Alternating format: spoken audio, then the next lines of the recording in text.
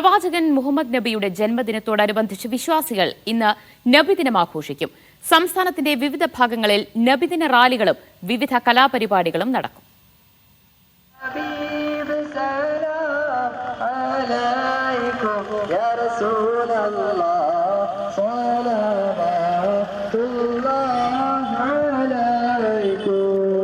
പ്രവാചകൻ മുഹമ്മദ് നബിയുടെ 1500-ാം ജന്മദിനമാണ് ഇന്ന് വിശ്വാസികൾ കൊണ്ടാടുന്നത്.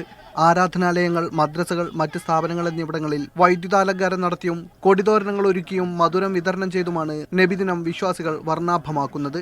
കഴിഞ്ഞ ദിവസങ്ങളിൽ തന്നെ സംസ്ഥാനത്തിന്റെ വിവിധ ഭാഗങ്ങളിൽ നബിദിനത്തിനോടനുബന്ധിച്ച് റാലികളും വിവിധ പരിപാടികളും നടന്നു. മലപ്പുറം മഅ്ദിൻ അക്കാദമിയും വിവിധ സംഘടനകളും സംയുക്തമായി സംഘടിപ്പിച്ച നബിദിന സ്നേഹറാലിയിൽ മഅ്ദിൻ അക്കാദമി ചെയർമാൻ ഇബ്രാഹിം ഖലീൽ അൽ ബുഖാരി നബിദിന സന്ദേശം നൽകി.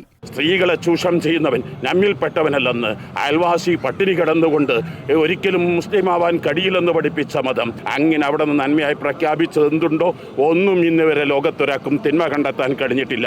എല്ലാവർക്കും ഗുണം ചെയ്യുന്നവരാണ് ഉത്തമ മനുഷ്യരെന്ന പ്രവാചകാഹ്വാനം എല്ലാവരും ഏറ്റെടുക്കണമെന്ന് കാന്തപുരം AP അബൂബക്കർ മുസ്ലിയാർ നബിദിന സന്ദേശത്തിൽ പറഞ്ഞു.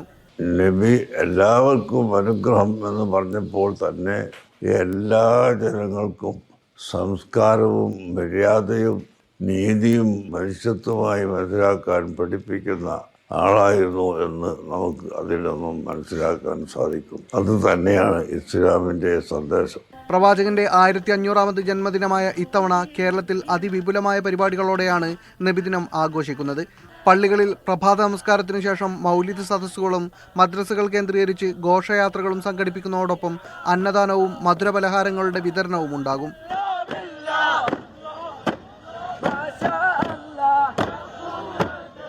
മീഡിയ 1 കോഴിക്കോട്.